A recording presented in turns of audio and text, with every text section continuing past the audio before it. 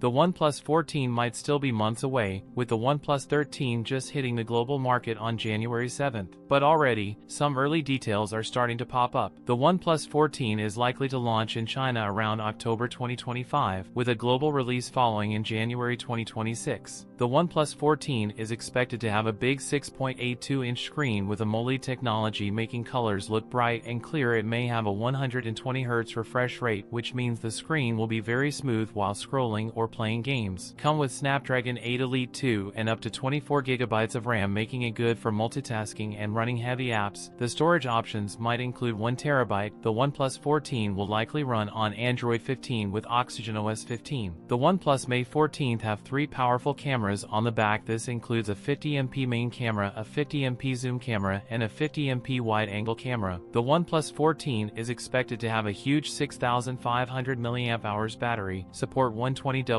fast charging. That's it for today's video. If you enjoyed it, don't forget to like, comment, and subscribe for more content. Thanks for watching, and I'll see you in the next one.